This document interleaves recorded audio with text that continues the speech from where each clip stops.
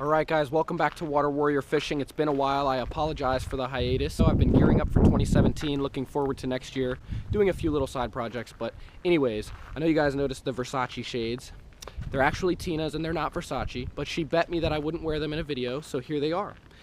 And today we are at Rocky Gorge Reservoir in Laurel, Maryland. It's a reservoir that I've really come to like this past year. It's loaded, it's great, it's very diverse, a lot of rock, a little bit of wood, a lot of points, a lot of humps. It's your typical deep, rocky reservoir. But basically what I'm here to do today, guys, is map this lake out and kind of give you some pointers and tips on how to map out a lake during the drawdown, during the lowest levels of the year, which are usually in the winter. And in the mid-Atlantic region here, we've been experiencing some severe drought.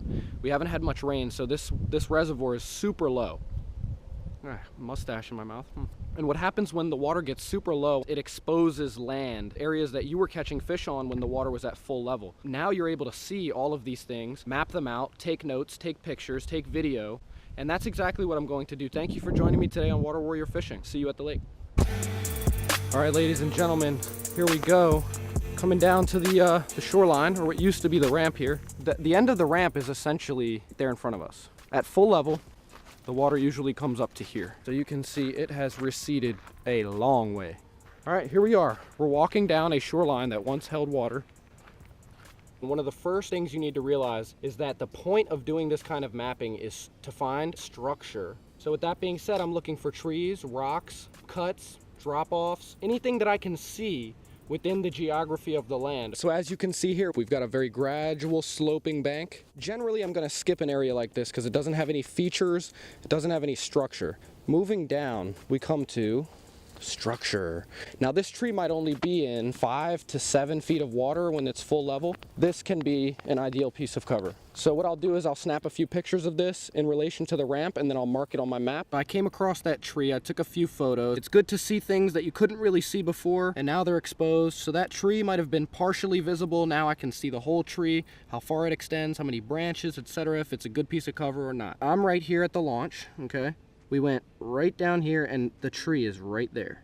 I've got a key that I've made for myself. The key is very important so you know what you're marking. See, if I didn't look at the key, I wouldn't know what that line means. So you can do this however you like, but I suggest having a key, having a map printed out of the area that you fish the most. The lake is low, so depending on the geography of the lake you're fishing, you won't be able to hit all of these areas. You're only going to be able to hit some of them. So realistically on foot, I'll probably be able to cover from the launch to like maybe right here. I'm not going to show you every time I map. I'm going to take the pictures home and I'll study them, and based off of the location, I'll know how to map it onto this physical copy. Let's keep on moving down the shoreline. We got a tree mark so far, and I've got a lot more to show you. Being that I'm a big crankbait fan, it's always important for me to find rock. That's what I love to crank. That's where you get a lot of big fish on crankbaits, is around rock. That's my focus, I'd say. Everybody has a different preference. That's what's so beautiful about fishing. I'm looking for chunk rock, I'm looking for solid bottom, and all the other structure. It's all good at the end.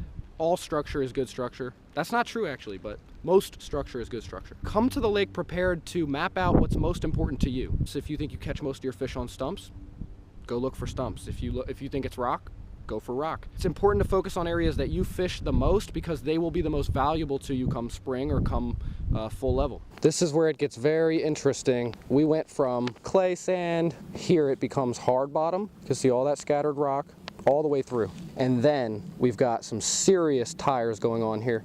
Somebody, thank you, whoever you were, thank you very much. I don't like people who litter, but if you're gonna litter, make a fishing structure. Come spring, they will be all over this. Take note. Super awesome to be able to see this kind of stuff because I have caught fish off this. Never knew there were tires in here. That's amazing. All right, so moving on. I've actually lost a few crankbaits on this rock. Let's see if we could find one. That is also a plus to the drawdown. You can go back and retrieve some baits that you might have lost during the season. Where's my crankbait? I see some mushrooms. Anybody want to partake? But anyways, this set of rocks, right? The fish might be on it for the early portion of the day because, as you can tell, we're straight out from the shoreline and bam. These are shallow rocks, relatively shallow. This side of the rock is like 3 feet deep. This side of the rock is about 8. So it has a nice dip to it. The fish like to chill on these areas that have sharp drops. And then another sharp drop into deeper water, another drop into a little bit deeper water. A lot of times these fish will back off and go down to deeper structure, whatever the reason, they'll move down to those sets of rocks in deeper waters. They have a lot of options. So map all this out, take photos. It's valuable stuff. This is actually a really deep little cut, a little cove here, and then it's got rock on this side. This would essentially form a point. It's a very rounded point. It's not a very sharp point. Quality fish, they come off of sharper points like the one across the lake. For the purpose of this video, obviously I can't show you everything, but I'm also focusing on that side and getting as much documentation on that side as I can. So I just rounded the corner. This shoreline, it's in a very deep cut. This just looks good because there's just a great mixture of everything here. So I'll definitely be mapping this out. So I finished up mapping out that little area with all of that mixed structure. Come around the corner here and we come to our first true point. This right here is a very gradually sloping point. Depending on a lot of different conditions, a lot of different variables, you're gonna be fishing either real sharp points or gradual points or flat areas. Hopefully I'm getting this right. That's like 2 feet, okay? You come over that with your boat at full level and your trolling motor is gonna snap. 2 feet. Goes out here, gets about 8, 10, 12, 14, 16, 18, 20, bam, and then there's the drop. These are important areas to map out. You wanna make sure you're mapping where the sharp points are, where the gradual points are, where the bluff walls are. Every contour and depth that you can see, map it, and on we go, and continue the process over and over. As we move down the shoreline, you can see those stumps turn into gravel and rock. So I'm taking my notes on that. And you can just see as it goes down the shoreline, it just continually becomes a very rocky and solid bottom. Tons of wood and rock. And the further we go, the better it gets down that side. So I'm going to take my photos of that, and when I get home, I'm mapping that as a very important area to fish. So as opposed to this side where it's a lot of stumps scattered throughout, the other side is a bluff wall type deal with a lot of scattered rocks and wood. Mostly laydowns and big chunk boulders. Let's move to the other side. And we're here, and I can see that this is a hump right there. There's a very deep shoreline right there, and then it kind of elevates before it drops again. And that's what we call a hump. So make sure you're marking all the humps you find. Don't forget your pictures. One last little feature before I leave. If you look right here, that's an example of a sharp point. That is a bluff point. On each side, it has very sharp drops into deeper water. They provide fish with access to shallow and deep water, all within a very short vicinity. It doesn't take them long to travel to shallow water to feed and out to deep water to escape predators, to do whatever the hell they do out there in deep water. All right, everybody, I'm back. I've got all of those photos uploaded. That's not the end of the process. You want to take those photos and you want to translate that to your map. The map I showed you earlier.